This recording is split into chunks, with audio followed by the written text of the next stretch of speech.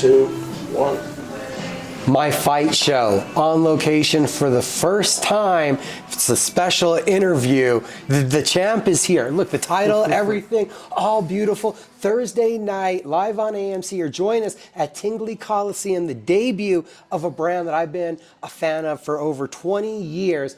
TNA Impact Wrestling, finally in Albuquerque, New Mexico. We got to see the tag team specialist version. Now we've seen elevated into the championship version of Mike Santana. The opportunity to get to talk to you is a pleasure. How you doing, sir?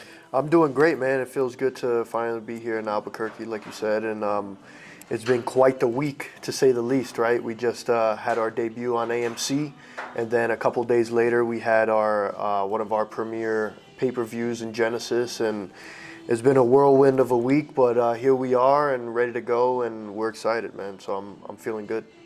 A whirlwind. Does that compare to the situation for you at all? That world champion 2 times already is what we read next to the Wikipedia. How quickly everything, it feels like, has changed, or has it felt like it's been a long time coming for you? Honestly, man, things in pro wrestling seem to move really fast. As you know, things could change in the blink of an eye. But for me, in my journey, I think it's been a long time coming for sure. You know, like you said, I had established myself as a tag team for 10 years and, you know, had a lot of major success and did a lot of great things, which I'm very proud of. And then finally I got to a point where it was like, I was like, all right, what's next? What's the next test and the next obstacle that I want to learn from? And thankfully, you know, I was able to do what I got to do, and I took that bet on myself, and here I am, man, just putting in the work, continuing to show why I'm in the position that I'm in, and, you know, we're just getting started, I feel like.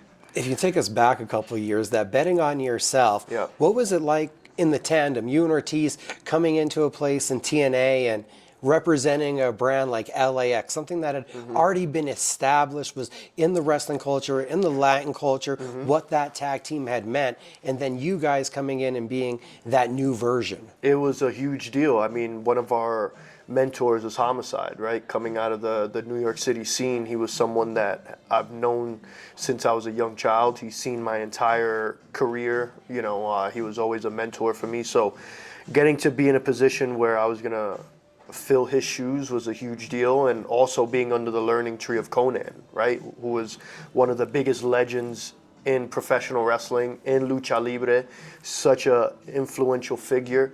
And the fact that we were coming in and getting to sit under that learning tree, what better thing could we have asked for, right? Like, we were coming into a major platform for the first time, and we have someone who has such a wealth of knowledge. If we didn't succeed, it was going to be on us, because all the tools were laid out for us, and it was up to us to put them to work. And thankfully we did, and it's gotten us here, and it's gotten me here, and I'm thankful, man. I'm not going to drag Ross Foreman into this interview like I did last time he was around. He's running around in the background. He'll know the foundation of TNA. Tag team wrestling was so important to that brand. I told him he got a kick out of it. First interaction I have with the brand is seeing Rock and Rave Infection versus the Voodoo Kin Mafia. We go up to Team 3D, Beer Money, Motor City Machine Guns, and then the version that you and Ortiz put together of LAX, I feel deserves right in that notoriety with those tag teams. What does it mean that you guys were able to accomplish kind of that legendary notoriety? It's awesome, man. Like, again, we put in the work and we got the results, right? And I think the fact that we were able to fill those shoes, which weren't easy shoes to fill, right? Like the original LAX, they were so established and such a popular team. And the fact that we came in, and again, we have one mouth and 2 eyes and 2 ears for a reason, right? So our thing was just observe and use those tools. And thankfully it allowed us to establish ourselves. And again, like, and still to this day, I use those tools to my advantage, right? It's because of those experiences that have gotten me to the world title and here today. So I'm thankful. Is there any bit of luck or fortunate to it where you end up in some of those positions that you've been in where you said Conan, Homicide. There are so many valuable veterans that you've been able to learn from and some that we probably don't even know about. Does it almost feel lucky to end up in some of those predicaments? I would say, of course, there always has to be a little bit of luck and success, right? Timing is everything, but I'm also a firm believer in everything happens the way it's supposed to happen, right? And if you keep your nose to the ground and you keep putting in the work, then you get the results. And I think that's been a story of my life and my success to this day. You know, I know that I've never been one to yap or brag or be loud about anything. I let my work do the talking, and it's gotten me to this point, so why change it, right? What was the thought process like of saying, okay, it's time to separate from the tag team business and now start concentrating on myself as an individual? Not just that, but how do you expand on who Mike Santana is? Because there's a version that we knew, but that was in the form of a tag team. So how do you start thinking about how you wanted to be presented as that individual? I think a lot of it came from wanting more in my career. During that time, I felt like things got a little bit stagnant, and I just felt like, listen, I always have this mindset of like, I didn't get this far to just get this far. I always know, my dad used to always tell me that the top of one mountain is the bottom of another, and I'm a firm believer of like, there's always something next. There's always something to keep chasing, and I felt like at that time, it was just time. Like, that's how I felt. I felt it in my gut, in my heart, and I had spoken to a lot of people who had mentored me and things like that. And also, I just thought like I was dealing with a lot of things at that time in my personal life. So stepping away, dealing with those things, coming back fresh was all needed, right? And I think the way I wanted to present myself was just as me. I've always said that one of my favorite wrestlers growing up was Bret the Hitman Hart. His authenticity was what drew me in, right? And I always said that that's how I want to be. I want to be someone that anybody from any walk of life could connect to because they see a little bit of themselves in me, right? And the fact that they could connect with me and my story and what I've been through, and it's all real life things, right? I don't hold anything back. I've always been very open about my struggles and things that I've experienced, and it all plays a part in getting me here. And that's something very delicate that here in TNA, you guys were able to portray in a way that's been hard in other places. We'll all remember back to the Road Warriors with Hawk, what was the Hardys with Jeff, and how there's been some semblance of the substance abuse problems coming up. I don't think, though, they've been as satisfyingly portrayed and where the story led to as the delicate way you guys were able to handle it. How much conversation and how many different directions and what was the effort put in to get the story laid out as it was? For me, I didn't want it to, of course, like there's always, I feel like a stigma of like shame and I feel like the way, if I was gonna do it, because it was brought to my attention, and at first I really wasn't about it. I was like, I'll stay away from it for Personal, now. right? Yeah. But then I was like, this could be I looked at it as a way to try and help someone else, right? If we could tell this story in a way that at the end of it, it's going to someone who has been in my shoes, who is dealing with the same issues, if they could look at this and be like, oh, if he was able to come out clean on the other side of it, then so can I. And that's how we wanted to put that story together. Also, like, I wanted it to be a source of my superpower instead of a source of my weakness, right? Like, when I was doing the thing with Ali, he kept trying to put it in a way of, oh, he's going to slip up and he's going to lose everything and he's going to do this. And it was like, no, man, I used all those struggles and all that dark time as my superpower to get me here. So if anything, I switched the mindset of it a bit. You know what I mean? So, but yeah, man, like that was my ultimate goal with it, was showing at the end of it that like anything is possible. We definitely shown that, and then the story was beautifully laid out, even to the points where we bring in your daughter, and she's an inspirational factor. And like you said, I think the authenticness of it and the fact that people watching at home could connect with the story is part of what's made you so over with the audience. Yeah, for sure. Again, authenticity is key, and that's what people connect to the most, right? Me personally, I was never into.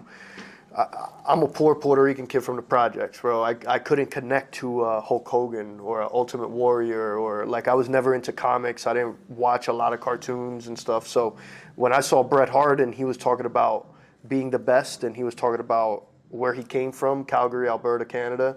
He was talking about his family, talking about being in the dungeon, all these things, right? I was like, oh man, like, okay, that's real life stuff, right? And that's what I connected to the most. So I was like, I think that's what I want to put out. And much like him, taking the tag team path now, separated yourself, established yourself as a world champion. What does it mean to you? Carry the banner, have the flag, be in this position, not just holding this belt, but being at the upper echelon of this company. It's a huge deal to me. It's something that I take very serious. I take my job serious in general, right? I've dedicated my entire life to this. Like I made 17 years this year in November. Well, in November of 2025, 17 years, half my life, literally. And like, I didn't put in all this work and all this time and make all these sacrifices to not be at the top. You know what I mean? Like I always say, if you're not striving to be the very best and put everything in, then what are you doing it for, right? Like, and I think that's what separates top guys from everybody else, right? But it does mean a great deal to me, especially because TNA was the first major company that gave me an opportunity when I was nobody, you know. And the fact that I got to come back as someone and still establish myself as an even bigger star and be in this position and represent the company in the locker room is a huge deal. And I look forward to continuing to do that. I think I'm just getting started. What do you see for the future? Now you guys are on AMC. Yeah. What does this signify?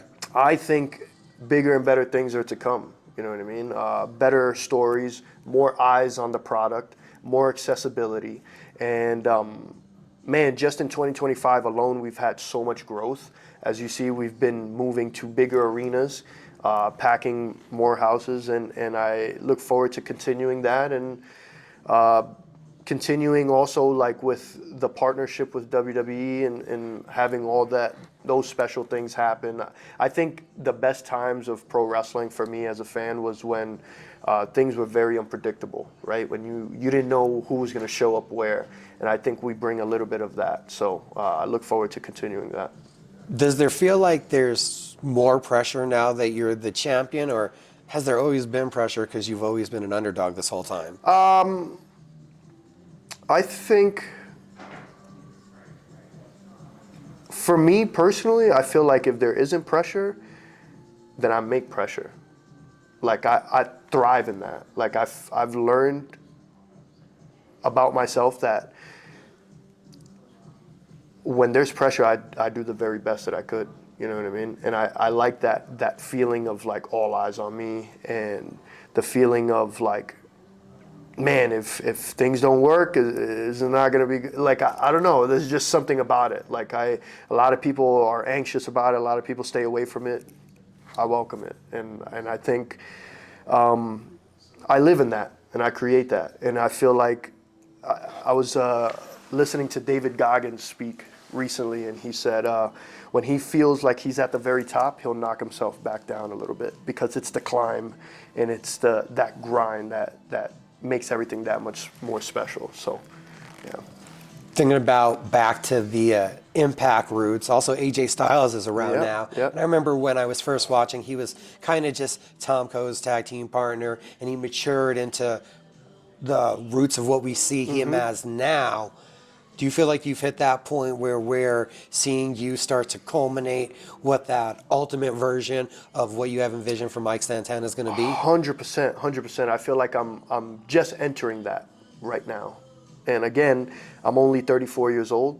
I'm still very young, and I still got a lot left to go. And I think, but like going back to that, I'm just entering that phase of myself now. And I think the best is yet to come. And I feel like I'm going to get even better.